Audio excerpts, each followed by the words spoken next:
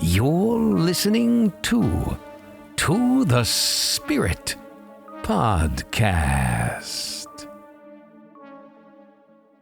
Welcome back to the Spirit, the show that pulls back the veil and peeks into the darkness just beyond. I'm Beck, your ever-curious guide into the strange, the supernatural, and the sinister.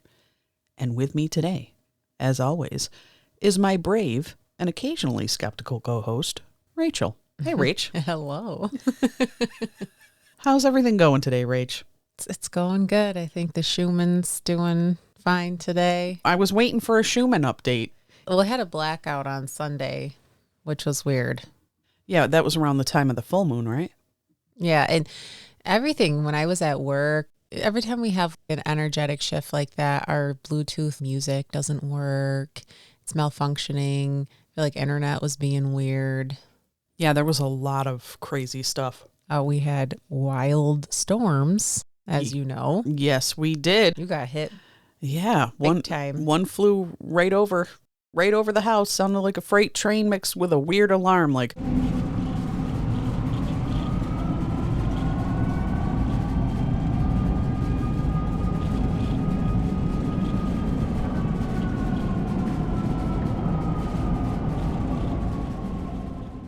That's what it sounded like. Wow. And it sounded like my house was going through a power wash. Yeah, it was crazy. Never experienced anything like that before. Well, I hope you brought some holy water, Rach, and maybe a salt circle. I brought you a protection jar. Oh, that's true. You did. You brought me a protection jar. Yep. We're diving into something that has haunted humanity for thousands of years. Demons. From ancient Sumerian texts to medieval grimoires to modern-day possession cases, the concept of demons has always lurked in the shadows of belief systems worldwide. But what exactly are demons? Are they fallen angels? Malicious spirits? Psychological manifestations? Or something far more terrifying? Let's start at the beginning. The word demon comes from the Greek daemon, meaning a spirit or divine power. Interestingly, it wasn't always malevolent, just a supernatural being, sometimes helpful, sometimes harmful. But as the centuries rolled on, especially with the rise of Christianity, the term became synonymous with pure evil. Think fallen angels cast out of heaven, working tirelessly to tempt, torment, and possess. Have you ever come across stories or accounts where someone thought a helpful spirit turned out to be something much darker? Like a personal account.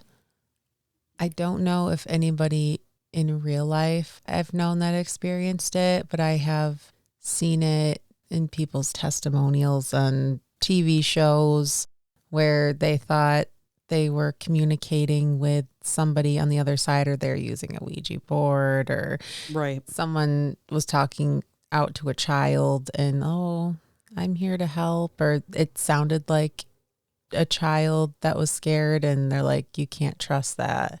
Like bad things started happening, but there was one specific one, and she was doing EVPs.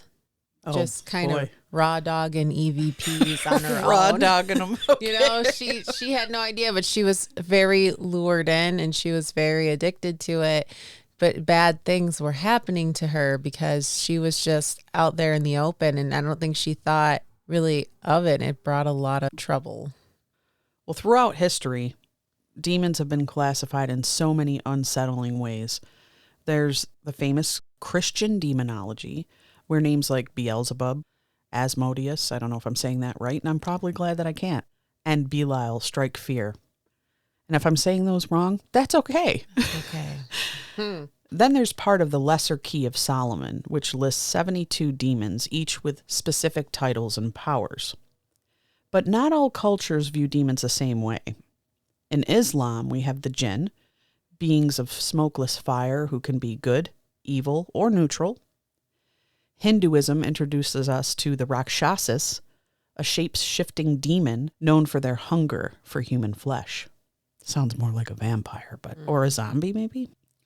If you had to pick your poison, being haunted by a European demon prince, or hunted by a flesh-eating rakshasa. Who's chasing you down in your nightmares? Prince.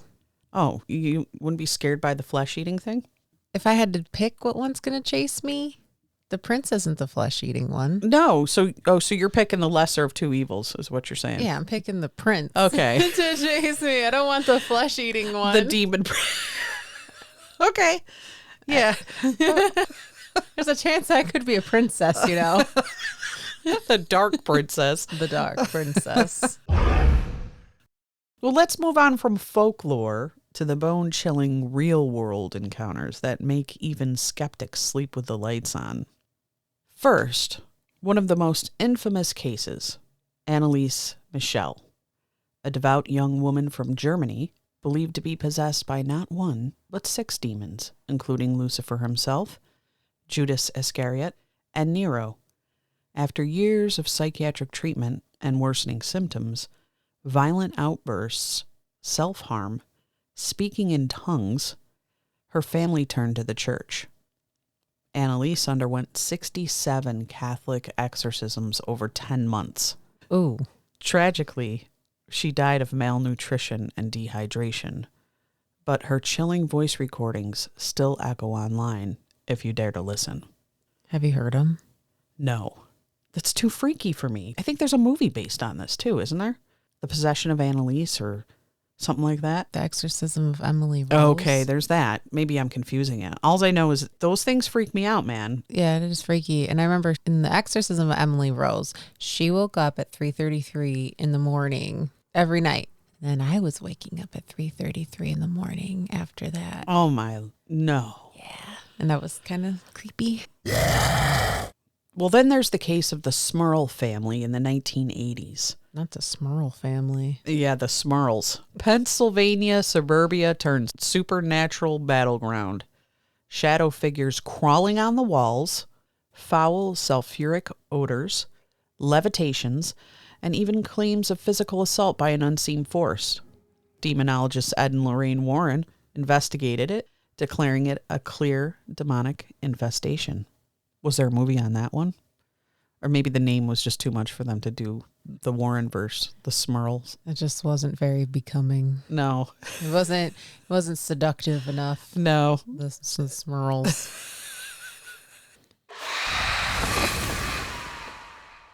So this is somebody on Quora said, the question is if they ever had an encounter with a demon and how did they deal with it? And they said, yes, my ex had spent 12 years in prison and was involved in some occult activities while he was incarcerated. Sounds like a winner already. I believe something filled the home.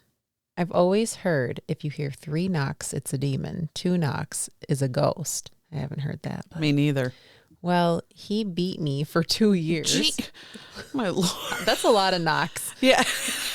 That's more than 3. He was like 2 different people. You never knew what mood he was from one minute to the next. Right before I left him, he was in the bedroom with the door shut. We argued through the door for over an hour, or at least I thought. Sounds exhausting. It sounded like him, but he had been asleep the whole time. This scared me, so when I went to the room, I laid beside him. 3 knocks on the door. Nobody was there. Then something kept tapping my foot lightly 3 times. No. So I said, the ghost won't leave me alone. In a whisper, I kept hearing, "We are not ghosts." I heard it over and over, and then this extreme heat came from my feet slowly up to my stomach. I just knew it was headed for my heart. It wasn't like heat when you get hot and sweaty. It was heat from the inside, extreme heat, and something told me there was 2 of her. What? My ex. Can this chick write? Maybe she's the one that's possessed. I don't know. She does sound like a little crazy. My ex even called them by names. When the heat reached my chest area, I jumped up and yelled, I belong to Jesus. And the heat immediately left my body. And I believe it went back into... What, are you afraid to say it? It says, I believe it went back into Steve. Oh, that must be the ex. Okay. Steve. Okay, so it was coming out of Steve. Yes. Crawled up into her and then came back into him. Okay. There's power in the name of Jesus. Me saying that I belong to Jesus drove the demons away from me. After that incident, my ex beat me so bad, he lost control and almost killed me. I had plastic surgery and was hospitalized. I really believe to this day that the demons are still in him. I left him because I knew I would end up dead. Well, yeah, if I didn't. I will never doubt that there is a God because of that day. If there's demons and a devil, then there's God and his angels. Amen to that.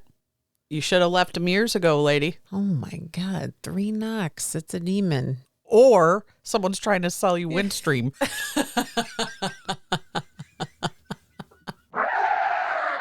Fast forward to Gary, Indiana, 2011. LaToya Ammons and her family experienced what police, child services, and medical staff all witnessed. Children walking backwards up the walls, growling in strange voices, being flung across rooms. The infamous Demon House, as it's now called, became so notorious that paranormal investigator Zach Baggins bought it and then demolished it, claiming it was too dangerous to leave standing.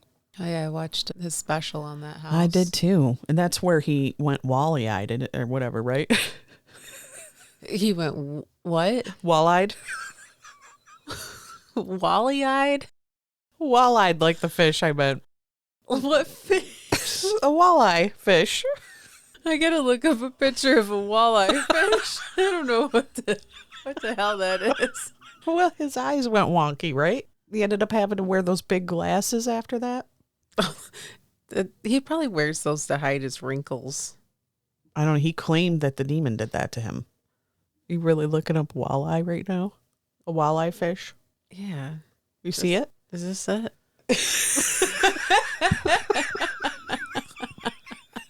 That's why he wears them glasses? Yeah, because he got walleye vision. I thought it was just fashion. No, he claimed that the demon did something to him, and then after that, it started affecting his vision. My name is Zach Baggins. Yeah. Things you don't understand. Understand. Okay, I'm going to do another story. One of the lesser known but deeply disturbing cases hails from South Africa in 1906. It's a while ago.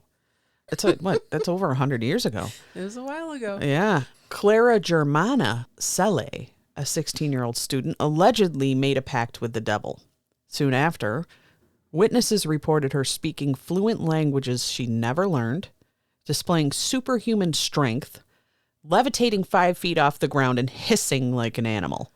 2 priests perform a brutal exorcism over 2 days.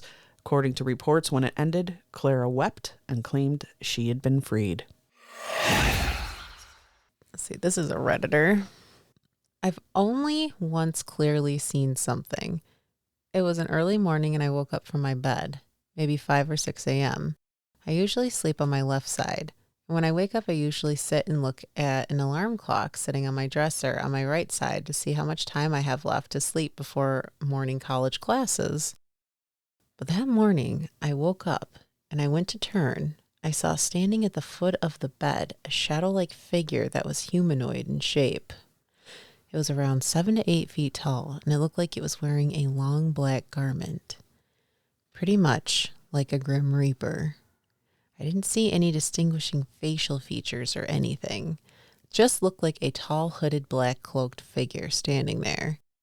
I didn't stare that long before I quickly covered myself with a blanket and hid under it. Yep, Because that always saves you. Yeah. Always. Surprisingly, I was able to fall back asleep for a few hours. I don't know how you just fall back Right. asleep. I just saw a Grim Reaper at the end of my bed, but then I had to take a nap. Take a little snooze.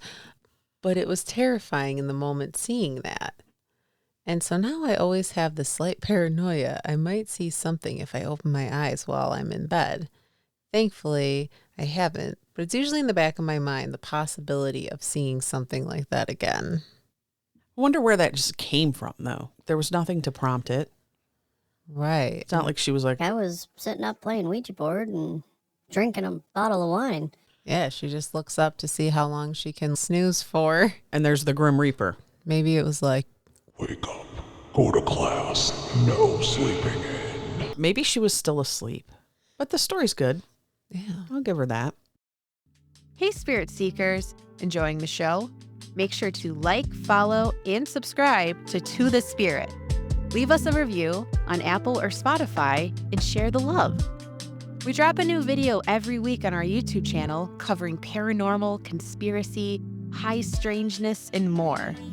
Have questions or want to share your own spooky story? Drop us a line at tothespiritpod@gmail.com. Stay spirited.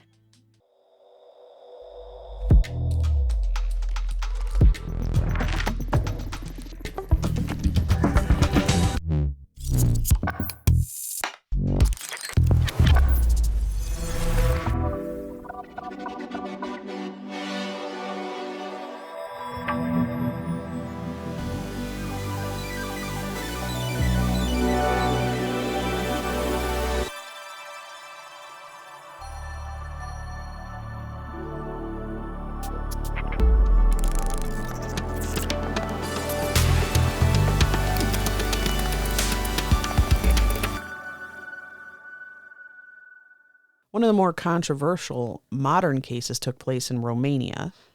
A young woman, Maricia Arena Cornici, believed by the nuns to be possessed, was bound to a cross and starved during a makeshift exorcism led by a priest. Oh my God. She tragically died, sparking international outrage, but the nuns insisted they saw demonic forces at work. What do you do there? You can't be doing that to people. It's a little much. Right. They bound her to a cross and starved her. Yeah. There seemed like there could be an abuse of power in that kind of situation. And closer to home, countless people have reported more subtle, but no less terrifying personal experiences. Waking up with scratch marks they can't explain, hearing guttural growls at night, or feeling an oppressive weight pressing down on their chest. The classic signs of what some call the demon in the room. Sleep paralysis or something darker. Have you ever had that kind of psychic attack before? Well, before we go any further, I needed to get something off my chest. Oh. I've talked to a lot of people over the years. Skeptics who flat out deny existence of anything dark or demonic. And what really gets me? I've met quite a few psychic mediums, good people, well-meaning, who will swear up and down that everything in the spiritual realm is love, light, rainbows, maybe a singing bowl or two. But here's the thing, I'm calling bullshit. Not because I want to scare anyone, not because I think demons are hiding under every rock, but because I've seen enough and I've read enough and experienced enough to know you cannot have light without shadow. There's a polarity on this earth. We live in a world built on duality. Night and day, life and death, creation and destruction. Every belief system, every sacred text, every myth from the dawn of time recognizes that. So to say that there's only good in the spiritual realm is frankly naive. It's like saying there's only sunshine without acknowledging storms existing. It's easy to believe in love and light when you've never stood in the presence of something that wants to hollow you out from the inside. Do I believe most spirits, most energies are neutral or benevolent? Sure. I do believe we attract what we put out there. Absolutely. But denying the existence of the malevolent and pretending that it doesn't exist because it's uncomfortable, that's where people get blindsided. That's where doors swing open without realizing what might walk through. What do you think happens when we ignore that darker side altogether? So I definitely think there's yin and yang. There's definitely the good and the bad of sides. I think it's good to have your own power. I think we are far more powerful than the other side, like the other spectrum of it. Yeah. But I think to keep in mind that there is that bad out there. And it's interesting to think that all of us, 'cause, you know, they say we have an angel and demon on each of our shoulders, right? Right. And I think sometimes there could be an outside entity that is a demon, but I think within us all, we all do have our own dark side. We all have our own shadow side. And when we feed that, that's when it becomes stronger and stronger. And then we can break our bodies down to a point where we are completely vulnerable for something to fully inhabit us. Just like the girl that said she pulled the blankets up over her, right? Mm-hmm. Can we really choose not to believe in something and expect that it won't believe in us? Right. I just think you can not believe in it. That's fine, but it's still there. And it's just how somebody can portray to everybody that they are purely innocent. They are goody two shoes. They don't have a bad thought in their head that exists. That's bullshit. Like, we all have a dark side. We all have our dark thoughts, and we all go there sometimes. And no matter how much you want to be this like perfect person, you're not. Like, we all have it within us.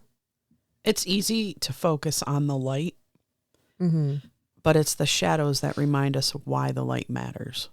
I think we need to discuss a friend that we both have who brought something home maybe she shouldn't have, or something came to her. Mm-hmm. We won't say her name, No. but she got some scratches. Yes. That's a bad sign. 3 scratches, like the 3 knocks. Right. Across her stomach, across her legs. And she kind of acted very nonchalant about it, right? Very nonchalant. Have you ever experienced being scratched like that? Because I had like a long time ago. I never got scratched, no, but I've dealt with my own share of scary stuff. And I'll tell you what, I wasn't just like, oh, that freaked me the hell out. Right, because nothing should be doing that to you. Nothing good should be doing that to you.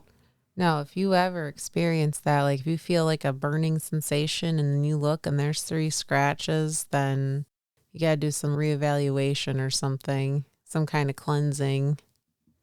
Right after she told us about the scratches, we had some weird stuff happen. Yeah, we did. We walked outside to leave. It was on my birthday, and we all smelled sulfur. Like wicked, wicked sulfur. And you have been here a lot. And have you ever walked out and smelled that? Never. And it was so strong. And mind you, we also did a spirit box session too. We did, but we prayed and protected. But what happened during that spirit box session? There was some really nasty things coming through that we don't usually get. Very raunchy stuff. Yeah. In sexual nature. At first I didn't hear it and You thought I was making it up. You're like, I heard the C word. I'm like, what? Get out of here. And then it just started getting nasty. Then, after you and I had run sessions at a later date, we were told to shut it down. And that's never happened before. The spirits tell us to shut down a session if something's not right. And we do that to protect ourselves and prevent anything unwanted from coming through. That didn't just happen once. That happened to you separately. Yeah, I did a session with a client of mine. She had asked a question and then it said to end it. So I prayed and ended it. And that had never happened to me before. But then you had gotten a strange EVP when you were with another friend of ours. Do you remember what that was? Yeah, so it came out, it said demon, and then it said Azrael. This is progressively one after another. So this was happening after my birthday. After we smelled the sulfur, this continued. Then what happened was my partner just hurt herself, which, okay, I didn't think anything of that. But then she fell. She passed out and slammed the back of her head on the pet ramp that was metal. And I had to call an ambulance. I had to go to the hospital with her. I had to cancel an interview we had lined up. It just seemed like bad things were happening one after another. Illnesses. My water got turned off. I have a camera system on the front and back door. And I get this little video I'm going to play for you now. Now you're going to hear what sounds like human whistling. What do you think of that, Rach? Was that a bird? You know how I feel about whistling. Yeah, It gives me the creeps, especially since it's outside your door whistling. that was out my front door. The front door where we smelled the sulfur. And mind you, back on the sulfur thing, once our friend left, the sulfur smell was completely gone. It Right. cleared out.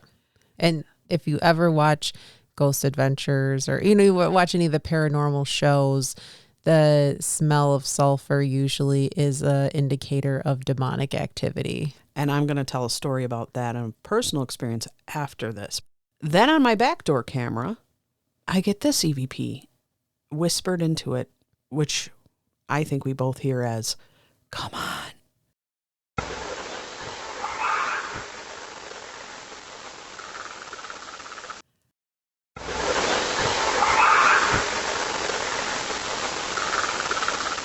It makes me feel like something is really trying to get in.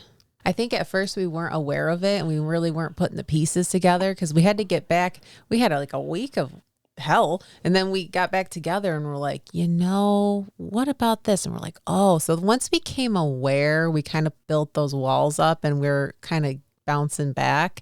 But now that boundary is made, it's just like maybe just hovering around because it wants to get back in. And we're like, no. I think it was waiting to come in. It was waiting for me to open that door. Right. I went right outside. I just held my power, my dominion over this. I went out and I prayed. I protected the property, the home, everyone within it, and even my animals. I know that we have the power within us and we have to come out of the fear. That's the hardest part because these things, they mess with your mind. They mess with your life. And if you let them, they will continue to do that and they will follow you around. I had experiences when I was younger. My old podcast host, Steph, one day we were playing Ouija in her basement with her and her sister and a bunch of friends. My friend had the bright idea at the time, her sister, of taking hairspray and spraying a big pentagram on the floor in the basement and then lighting it on fire. Oh my God. Oh, yeah. After that, strange things started happening. They smelled sulfur in the basement. Oh, they did. Yeah. Not only that, they started seeing the Grim Reaper thing walking around the house. Now, this was to the point where the parents saw it. The parents were leaving to go grocery shopping, threw all the kids in the station wagon, and they're looking into the house and they are seeing a Grim Reaper walking by the windows. Things started picking up. They called a priest, and every person that was in attendance of the Ouija board session, myself included, had to come back in for a house exorcism. So I attended an exorcism. It was of the house. It was a very, very strange time. At first, I didn't know if I believed what was happening, but then weird shit started going on at my house. It was like something followed me from there to my home. Oh, man. And we were going through horrific things. On top of that, Steph's sister, not only did she do a Ouija board session in her house, she came and did one in my house with my brother, and we didn't know she was doing it. Oh. So, Oh my, I'd be so mad. we had things popping off every which way. I mean, dark, evil, scary shit. Guys, never play with a Ouija board. Never. And what it opens up and invites, you don't know what's coming through that. And obviously what came through that was very dark. Even to the point where it sexually assaulted my mother. That's straight out of a horror film. Oh my God. That I find out in later years that my mother was sexually assaulted by something demonic.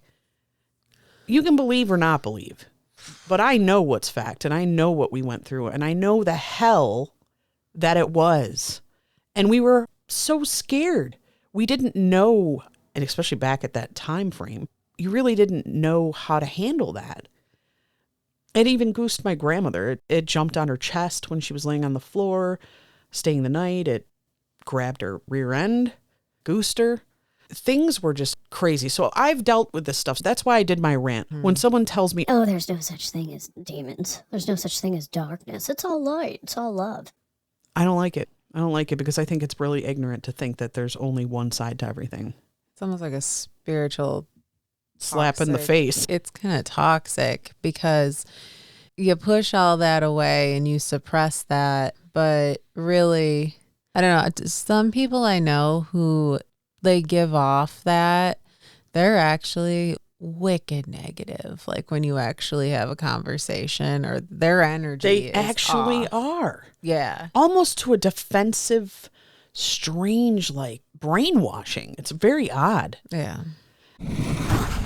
There's a case that gained worldwide notoriety after Arne Cheyenne Johnson murdered his landlord and claimed demonic possession made him do it. The first time demonic possession was used as a legal defense in U.S. court.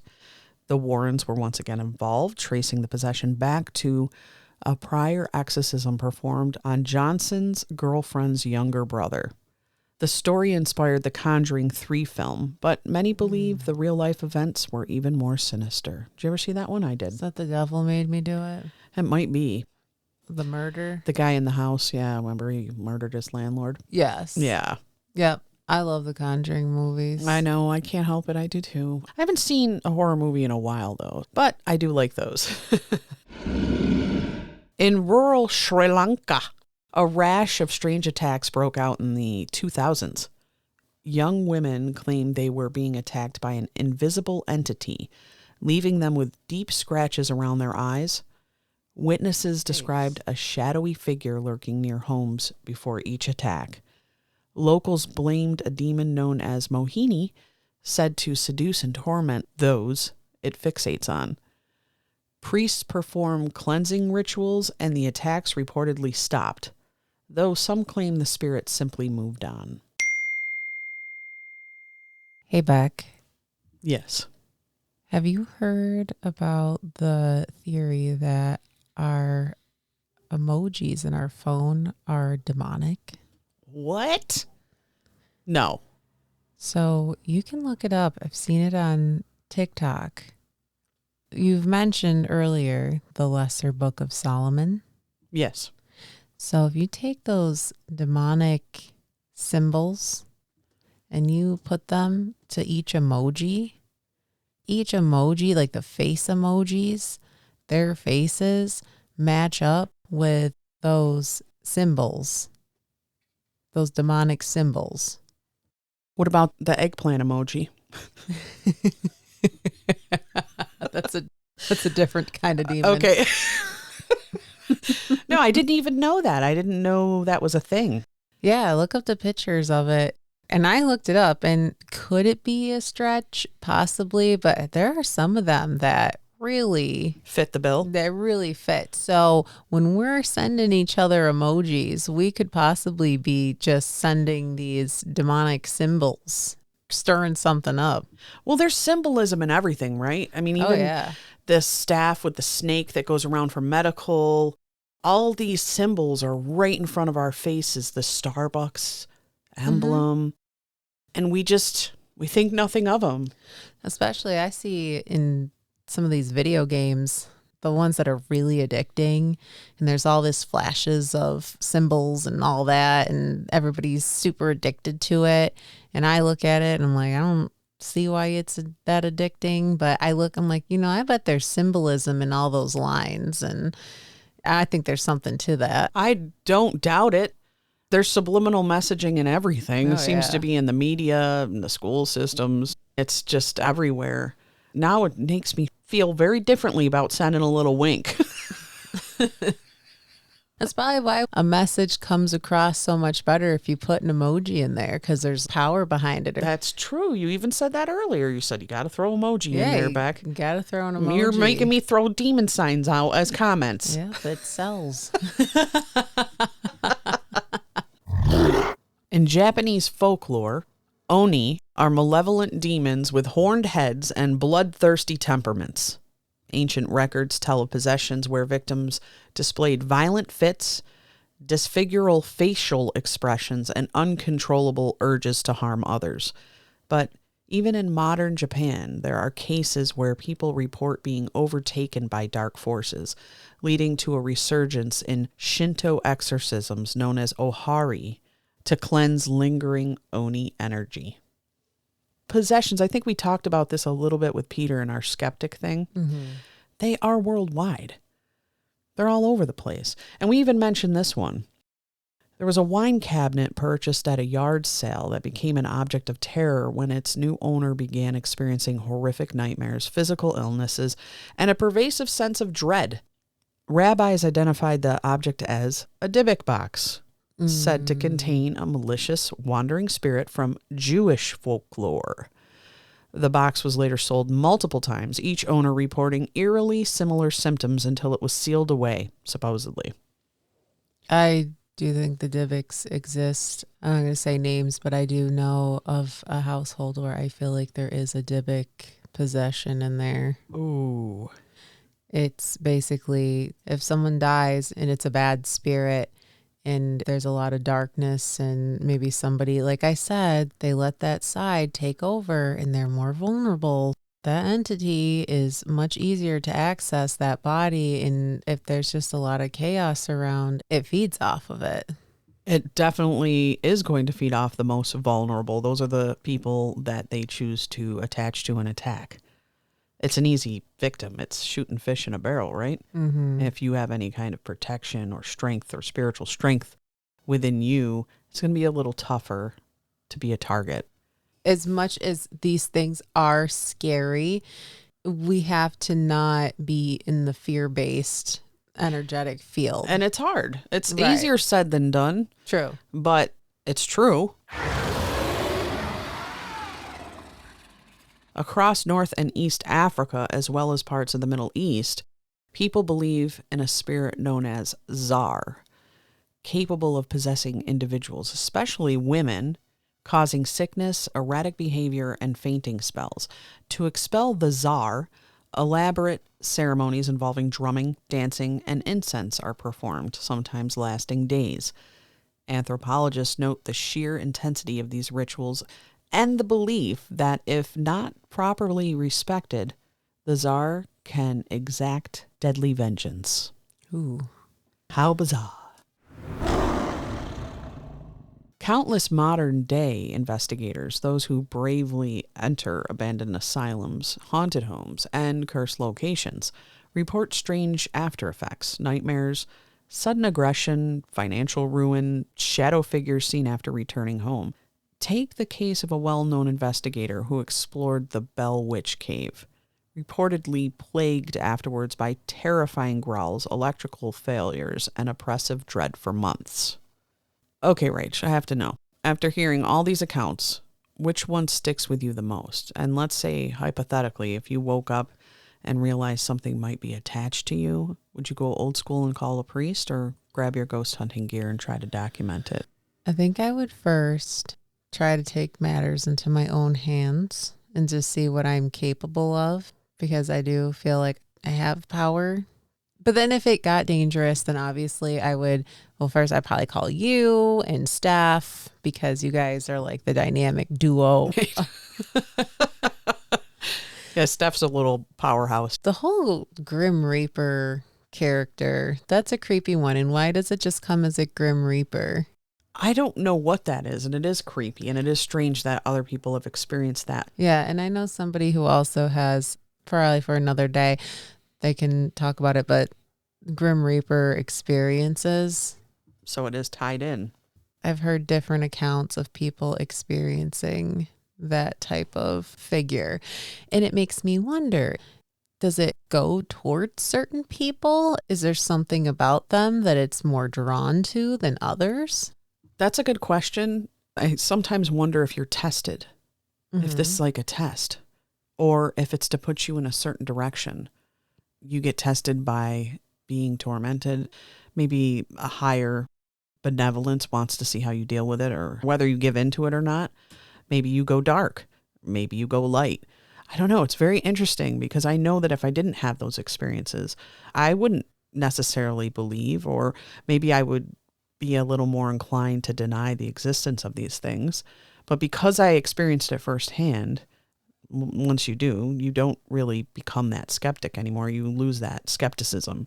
I just feel bad when some people, that's all they experience. They won't tap into anything beyond because they think that is just the reality of it all.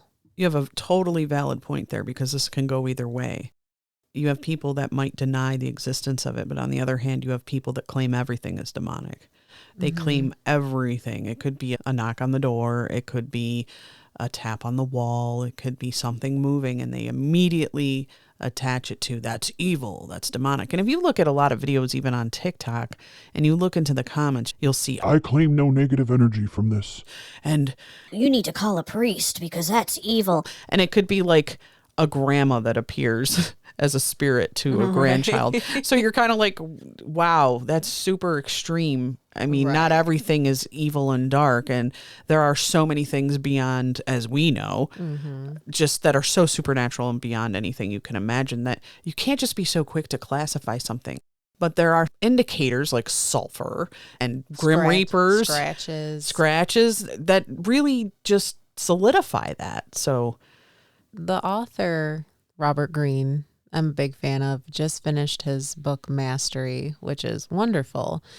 It's just funny because he does not believe in ghosts. He does not believe in supernatural.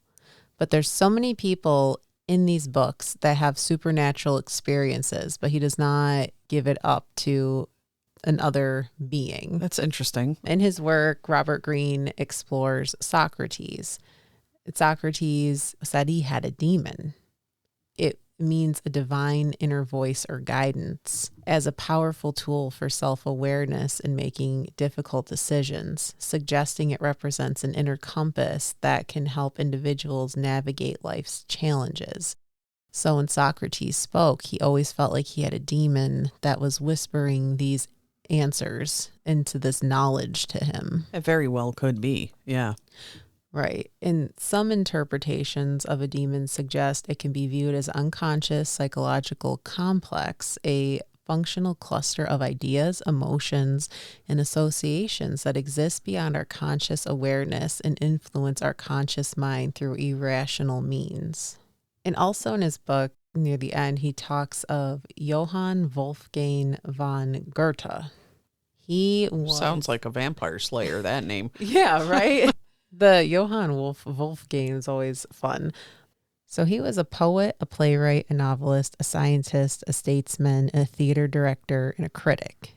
But he went through a time where he lived the life of a dandy and he dressed lavishly and he had romances and his friends were concerned and he was kind of getting crazy. And one day he just blacked out, woke up in a pool of his blood, and he had a lung hemorrhage, but he survived and he went along and he always said that he had a demon, like there was a demon in him. And that was that one side of him. Interesting. And he was always interested in a story that was about a man who made a deal with a demon and basically to get everything he wants. But once he was actually satisfied, that's when his life would end. But he lived by that story and he actually wrote more upon that story and he wouldn't finish it until it was near the end of his life. I just thought it was interesting and I actually heard about it today and I thought that would really connect with what we were talking about. But there's just all these people throughout history that claim they had a demon that was helping them along the way, or they had this other side of them, the side that was never satisfied, this crazy erratic side where they were getting their knowledge, their power from. Their creativity. Yeah. But sometimes you wonder if that can be split. I think the only reason it can be confusing is because sometimes you catch this universal flow. There are great composers and people that write amazing books and they tap into some sort of consciousness that's beyond them. It might be a universal consciousness or it could be a God creation that comes through them. But the fact that there's madness attached to it and there's this unfinished business feeling, then I can say, okay, that would point more towards the negative. But that's fascinating nonetheless. Yeah. There's an old belief that demons feed off our negative energy, fear, anger, despair. Some argue they attach to trauma or unresolved emotions, slipping in through the cracks of our psyche. And in modern paranormal investigations, there's this running theory. By dabbling too much, whether it's Ouija boards, seances, or reckless spirit communication, you're inviting something in. If you ever found out, Rach, that something followed you home, you had an attachment, what would your first line of defense be? Prayer, sage, a hotel stay? Well, I've definitely had attachments. Like you get home and you feel the funk. A lot of times for me personally, even if I go somewhere where there's a big crowd, I have to cleanse, or I've had the psychic attacks in my sleep. And Right. you wake up and you just feel so icky. Like you just have that funk, that spiritual funk. So I sage the house. I will also do my little match test that I've done with you. Yes. I'll do an egg cleanse. I'll take a salt bath.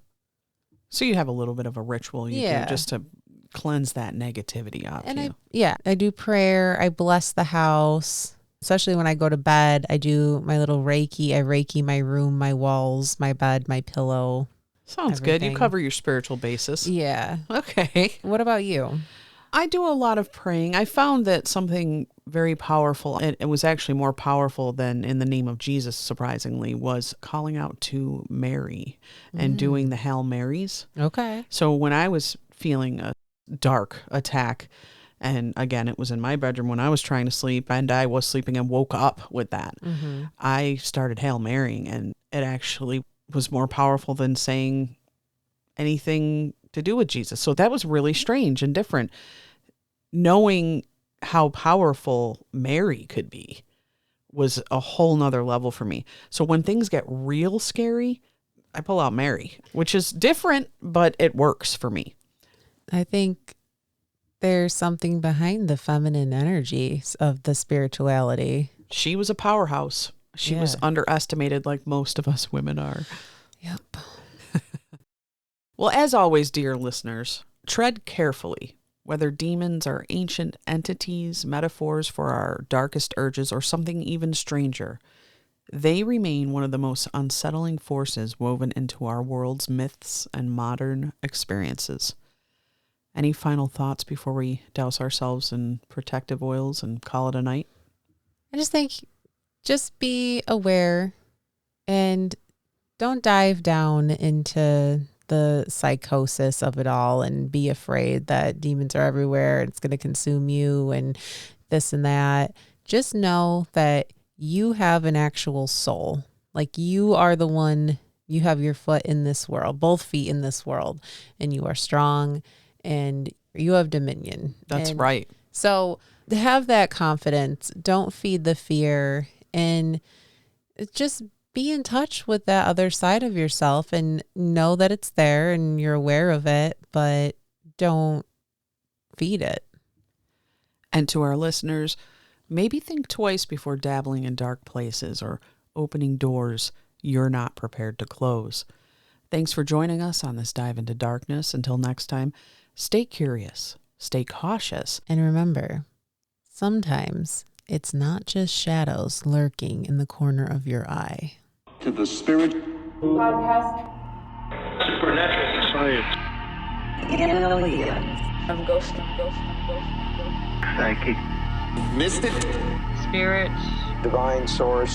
Heaven. The dead. It's magic.